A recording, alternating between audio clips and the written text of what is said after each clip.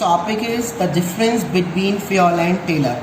Fayol ने आपको management principle दिए, इन्होंने आपको साइंटिफिक प्रिंसिपल्स एंड टेक्निक दोनों प्रोवाइड कराए। फ्योल और टाइलर दोनों के बारे में जब हम स्टडी करते हैं तो कुछ डिफरेंस निकल कर आते हैं। First, concern, they are concern with management efficiency. ये किसके साथ कंसर्न थे? मैनेजमेंट की एफिशिएंसी, क्योंकि मैनेजमेंट जितना अच्छा होगा उतना ही बेटर ऑर्गेनाइजेशन होता चला जाएगा। टाइलर ने क्या कंसर्न किया? टाइलर ने वर्कर को एफिशिएंट बताया कि वर्कर जितना एफिशिएंट होगा उतना ऑर्गेनाइजेशन सक्सेस को अचीव करेगा। इनका जो मेन प्रोस्पेक्टिव था वो टॉप लेवल मैनेजमेंट के साथ था, टाइलर का लोअर लेवल के साथ। फोकस इम्प्रूविंग ओवरऑल एडमिनिस्ट्रेशन, ये ओवरऑल एडमिनिस्ट्रेशन को इम्प्रूव करना चाहते थे, but they want to increase the productivity, ये प्रोडक्टिविटी को इंक्रीज करना चाहते थे। ये पर्सनल एक्सपीरियंस के ऊपर डिपेंडेंट थे, पर ये एक्सपेरिमेंट और ऑब्जर्वेशन के ऊपर डिपेंड थी। सारी साइंटिफिक टेक्निक थी वो कैसे थी? एक्सपेरिमेंट और ऑब्जर्वेशन की बात बनी थी।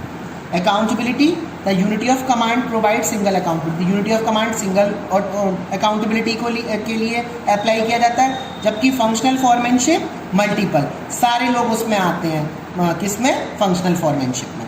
ये यूनिवर्सल एप्लीकेबल, ये यूनिवर्सल एप्लीकेबल था, और ये आपका कहाँ था? स्पेशल सिचुएशन में ही एप्लीकेबल किया जाता है।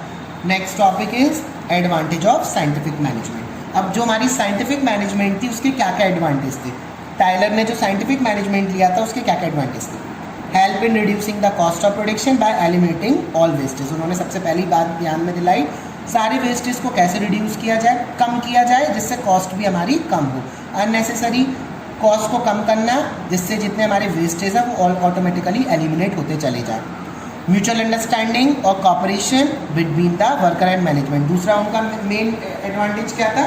कि अंडरस्टैंडिंग लेवल अच्छा करना और कॉपरेशन लेवल बेटर करना, किसके बिटवीन? वर्कर और मैनेजमेंट दोनों के बिटवीन। तीसरा, more training to improve the skill of worker.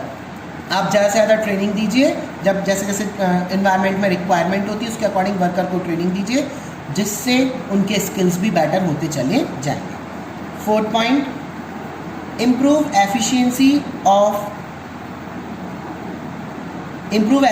Of the business through simplification and specialisation. उन्होंने बोला हम किसी भी बिजनेस एक्टिविटी की एफिशिएंसी वर्कर्स की कैसे बढ़ा सकते हैं?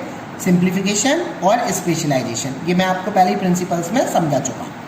Enable the worker to earn more, और वर्कर को इनेबल करो फिफ्थ पॉइंट में, जिससे वो ज़्यादा से ज़्यादा अर्न करें। अब लास्ट टॉपिक,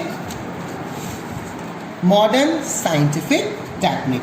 सबसे पहले ऑपरेशन रिसर्च। ऑपरेशन रिसर्च आपका एक पूरा सब्जेक्ट है। अगर आप बीबीए या बीकॉम करोगे तो एमबीए में भी आप ऑपरेशन रिसर्च एक पूरा सब्जेक्ट पढ़ोगे। ऑपरेशन रिसर्च क्या था?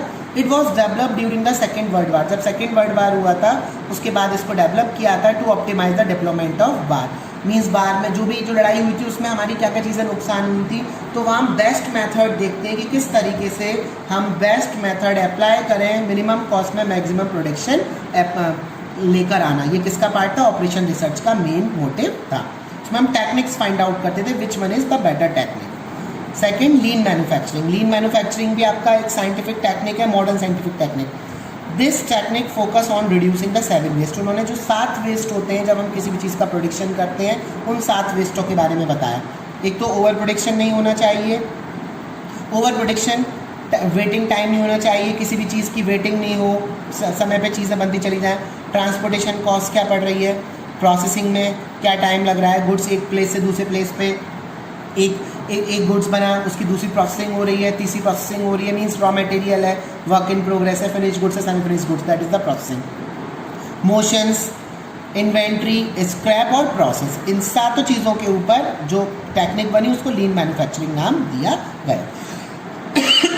Sorry, KGM, it means change for, ये एक जापानीज वर्ड है। इसका मेन मोटिव क्या होता है? कुछ भी हो रहा है बेटरमेंट के लिए, कोई भी चेंज हो रहे हैं तो बेटरमेंट के लिए हो रहे हैं।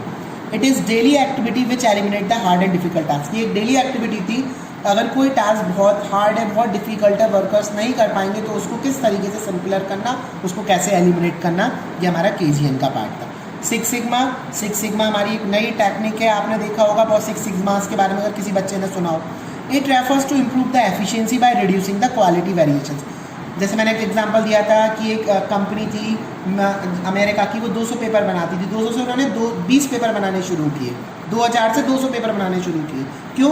क्योंकि वहाँ पर हम जो वेरिएशंस है, क्वालिटी में जो वेरिएशंस आते थे, क्वालिटी में वेरिएशंस नहीं आने चाहिए। हम सिंप्लीफिकेशन की तरफ जाएं, पर क्वालिटी में वेरिएशंस नहीं आने चाहिए। कभी आपने अच्छी क्वालिटी दे दी, कभी आपने ख़राब क्वालिटी दे दी। तो जो बहुत अच्छी कंपनी है, नोकिया है, एप्पल है, सैमसंग है, सब सिक्स सिग्मा टेक्निक को अप्लाई करते हैं, जहाँ पर आपको क्वालिटी में वेरिएशंस प्रोवाइड नहीं कराए जाते। हर बार सेम क्वालिटी मिलेगी आपको। Last, just in time manufacturing. It is an inventory management strategy to improve the return and reduce cost. ये एक स्ट्रेटजी बनाते हैं कि इन्वेंट्री को कैसे मैनेज किया जाए, अगर इन्वेंट्री आपकी रिटर्न होकर आ रही है, और इन्वेंट्री को कैसे कम कॉस्ट पर अप्लाई किया जाए।